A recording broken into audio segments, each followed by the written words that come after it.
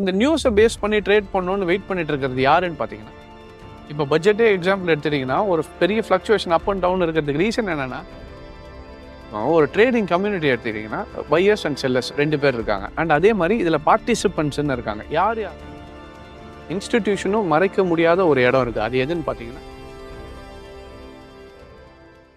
இன்னைக்கு voice of ட்ரேடர்ஸ்ல நம்ம எதை பத்தி பார்க்க போறோம்னு பார்த்தீங்கன்னா, இன்னைக்கு நியூஸை மட்டுமே வச்சு ட்ரேட் பண்ணலாமா அப்படின்னு சொல்லிட்டு நிறைய பேர் கேள்விகளை கேட்டிருக்கீங்க. அதற்கு உண்டான விளக்கத்தை இன்னைக்கு ட்ரேட் அச்சீவர்ஸ் உடைய ஃபவுண்டர் கிஷோர் அவர்கிட்ட கேட்டு நம்ம தெரிஞ்சுக்க போறோம். சொல்லுங்க சார், இப்போ பட்ஜெட்டுக்காக எல்லா ட்ரேடர்ஸுமே வெயிட் பண்ணிட்டு இருக்காங்க. ஏன்னா பட்ஜெட் வந்ததுன்னா நியூஸை வச்சு அந்த டைம்ல ட்ரேடிங் பண்ணிக்கலாம் அப்படின்னு சொல்லிட்டு, அதை பத்தின உங்களுடைய கருத்து என்ன? கண்டிப்பாக இப்போ என்னன்னா, எல்லாருமே ஒரு மைண்ட் செட் என்னன்னு பார்த்தீங்கன்னா, நியூஸ் பேஸ்ட் ட்ரேடிங்ன்றது ரொம்ப ஒரு பெரிய விஷயமா இருக்கும். எல்லாருமே என்ன சொல்லுவாங்கன்னா, நியூஸ் வருதுன்னா உடனே பெரிய மூவ்மெண்ட் இருக்கும். அந்த டைமில் வந்து நல்லா ப்ராஃபிட் பண்ணிடலாம் அப்படின்ற மாதிரி யோசிச்சுட்டு இருப்பாங்க. ஃபர்ஸ்ட் ஒன்று மட்டும் நல்லா புரிஞ்சுக்கோங்க. ஒரு ட்ரேடிங் கம்யூனிட்டி எடுத்துக்கிட்டிங்கன்னா பையர்ஸ் அண்ட் செல்லர்ஸ் 2 பேர் இருக்காங்க. அண்ட் அதே மாதிரி இதில் பார்ட்டிசிபென்ட்ஸ்ன்னு இருக்காங்க. யார் யாரெல்லாம் இதில் பார்ட்டிசிபேட் பண்ணுறான்றதை நம்ம முதல்ல புரிஞ்சுக்கணும். இதில் வந்து 3 கேட்டகரி ஆஃப் ட்ரேடர்ஸ் இருக்காங்க. ஒன்று வந்து இன்ஸ்டிடியூஷனல் ட்ரேடர்ஸ், 2வது வந்து ப்ரொஃபஷனல் ட்ரேடர்ஸ், 3வது யாருன்னு பார்த்தீங்கன்னா ரீட்டைல் ட்ரேடர்ஸ். இப்போ இந்த நியூஸை பேஸ் பண்ணி ட்ரேட் பண்ணணும்னு வெயிட் பண்ணிட்டு இருக்கிறது யாருன்னு பார்த்தீங்கன்னா ரீட்டைல் ட்ரேடர்ஸ். ஏன் அப்படின்றத புரிஞ்சுக்கோங்க.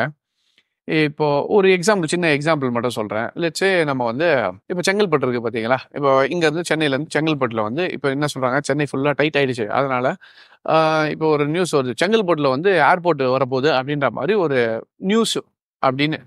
இன்னும் நியூஸ் ரிலீஸ் ஆகலை, பட் உள்ளே இருக்கவங்களுக்கு மட்டும் தெரிஞ்சிச்சு. இப்போ உங்களுக்கு வந்து அந்த நியூஸ் தெரிஞ்சிச்சுன்னு வச்சுக்கோங்க, நீங்கள் என்ன பண்ணுவீங்க? நார்மலாக இப்போ செங்கல்பட்டில் உங்களுக்கு ஏர்போர்ட் வரப்போகுதுன்ற நியூஸ் உங்களுக்கு மட்டும்தான் தெரியுது, இன்னும் யாருக்கும் தெரியலனா நீங்கள் என்ன பண்ணுவீங்க? நார்மலாக முடிஞ்ச வரைக்கும் செங்கல்பட்டில் இருக்கிற சுற்றி இருக்கிற லேண்ட் எல்லாத்தையும் என்ன பண்ண ட்ரை பண்ணுவோம்? வாங்க ஆரம்பிச்சிடும். கரெக்டாக?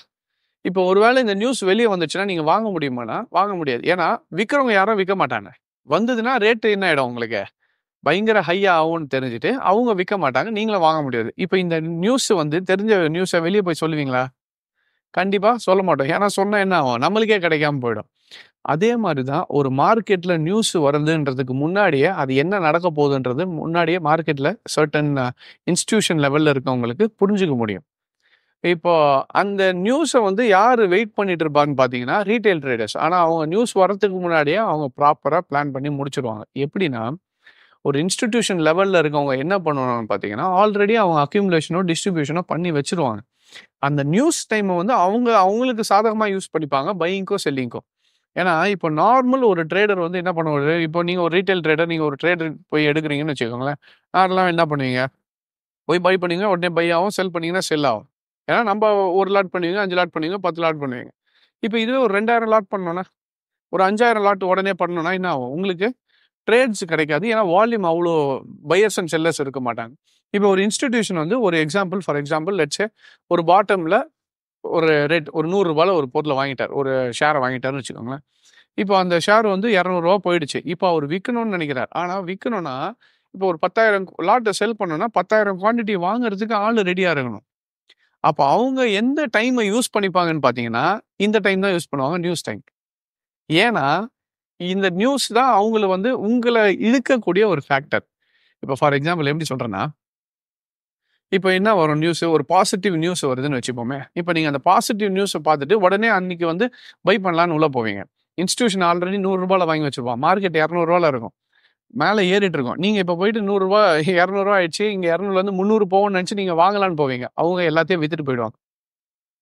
அப்போ வித்துட்டு போகும்போது என்ன ஆகிடும்னு பார்த்தீங்கன்னா, ஆட்டோமேட்டிக்காக அவங்க வச்சிருந்த எல்லாத்தையும் விற்கிறதுக்கு நியூஸ் வந்து ஒரு ஃபேக்டர் ஆகிடும். நீங்கள் வந்து வாங்கினீங்கன்னா எல்லாத்தையும் அவங்க உங்ககிட்ட தள்ளிட்டு எஸ்கேப் போயிடுவாங்க.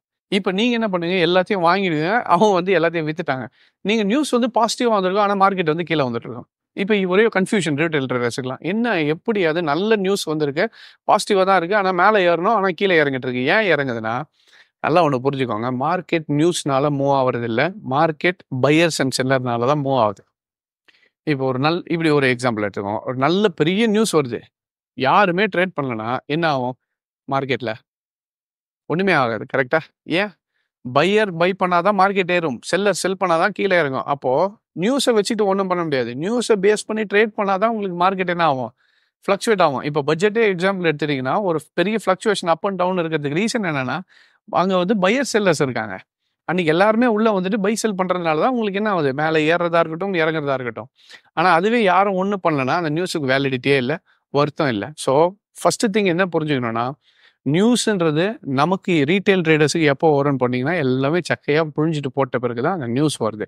ஆனா இன்ஸ்டிடியூஷன் முன்னாடியே நியூஸுக்கு முன்னாடியே எல்லாத்தையும் வாங்கி அக்யூமுலேட் பண்ணவங்களோ, இல்ல டிஸ்ட்ரிபியூஷன் பண்ணணும்னாலும் டிஸ்ட்ரிபியூஷன் பண்ணிட்டு, நியூஸ் வரும்போது அவங்க பொசிஷன கன்வெர்ட் பண்றது மட்டும் தான் பார்ப்பாங்க. இப்போ பைல இருக்காங்கன்னா செல் பண்ணணும், இல்ல செல்ல இருக்காங்கன்னா பை பண்றதுக்கு யூஸ் பண்ற ஒரு டூல் தான் நியூஸ். ஸோ ரீட்டெயில் ட்ரேடராக நீங்க என்ன பண்ணலாம்னா, இப்போ ஒரு எக்ஸாம்பிள் சொன்னேன் என்னன்னா, செங்கல்பட்டுல ஏர்போர்ட் வரப்போகுதுன்ட்டு. இந்த நியூஸ் யாருக்குமே தெரியாது. இன்ஸ்டிடியூஷன் தனியா வாங்கிட்டே வராங்க. ஒரு பெரிய பில்டர் வந்து என்ன பண்ணிட்டு இருக்காரு, சுத்தி இருக்கிற எல்லா லேண்டையும் வாங்கிட்டே இருக்காரு. ஆனா, எவ்வளோதான் அவர் மறைச்சு மறைச்சு வச்சாலும் ஒரு இடத்துல மட்டும் மறைக்க முடியாது. அது எந்த இடம்னு பார்த்தீங்கன்னா, ரெஜிஸ்ட்ரேஷன் ஆஃபீஸ். ரெஜிஸ்ட்ரேஷன் ஆஃபீஸ்ல கண்டிப்பா என்ன பண்றாங்க, அந்த ரெஜிஸ்ட்ரேஷன் ஆஃபீஸ்க்குள்ள இருக்கவங்களுக்கு தெரிஞ்சிடும். என்ன இங்க ரெகுலரா இப்போ செங்கல்பட்டுல ஒரே ரெஜிஸ்ட்ரேஷனா போயிட்டு இருக்கு. யாரு என்ன விசாரி கரெக்ட்டா? அப்போ ஏதோ ஒண்ணு நடக்குதுன்னு தெரியும். அதே மாரி தான் இன்ஸ்டிடியூஷனும் மறைக்க முடியாத ஒரு இடம் இருக்கு. அது எதுன்னு பார்த்தீங்கன்னா, சார்ட்ஸ். நீங்க ஒரு சார்ட்டுக்குள்ள போத்தீங்கன்னா, என்ன இருக்குன்னா, ஒரு பையர், செல்லர் என்ன பண்ணாலும் சார்ட்ல ரெக்கார்ட் ஆயிடும். ஒரு ரெஜிஸ்டர் மாரி தான் அது. பையர், செல்லர் என்ன பண்ணாலும் அதுல ரெக்கார்ட் ஆயிடும். அப்ப ரெக்கார்ட் ஆகுதுனாலே ஆட்டோமேட்டிக்கா நீங்க இன்ஸ்டிடியூஷன் முன்னாடியே வாங்க ஆரம்பிச்சுட்டாங்களா, விக்க ஆரம்பிச்சுட்டாங்களான்றது சார்ட்ட பார்த்து கண்டுபிடிச்சிடலாம். அப்ப சார்ட்ட பார்த்து நம்ம பை பண்ணிட்டு இருக்காங்கன்னு தெரிஞ்சிருச்சுன்னு வச்சுக்கோங்களேன். அப்ப நம்ம என்ன பண்ணிடலாம்னா, அவங்க கூடயே சேர்ந்து பை பண்ணிட்டு, நியூஸ் வரதுக்கு முன்னாடி இப்ப அவங்க செல் பண்ண போறாங்கன்னா, நாமளும் செல் பண்ணிட்டு வெளிய வந்துடலாம். ஸோ சார்ட் பேட்டர்ன்ஸ் யூஸ் பண்ணோம்னா, ஆட்டோமேட்டிக்கா நியூஸ் வர்றதுக்கு முன்னாடியே என்ன நடக்க போகுதுன்றது இன்ஸ்டிடியூஷன் கூட டிராவல் பண்ணி நம்ம ப்ராஃபிட் பண்ணிட்டு வெளிய வந்துரும். ஸோ அடுத்த வாட்டி நியூஸ மட்டுமே வச்சு ட்ரேட் பண்றதுல எந்த யூஸும் இல்ல.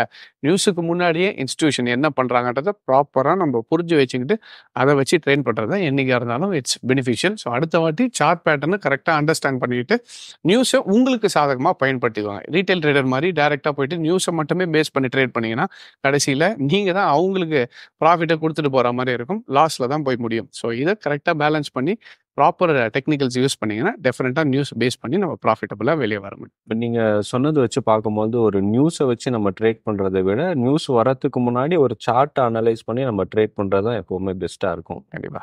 இதே மாரி உங்களுக்கும் நெறைய கேள்விகள் இருக்குன்னா, உங்களுடைய கேள்விகள நீங்களும் கமெண்ட் பாக்ஸ்ல போடலாம். இதே மாரியான இன்ட்ரஸ்டிங்கான கேள்விகளோட நெக்ஸ்ட் எபிசோட்ல நம்ம சந்திக்கலாம். நன்றி.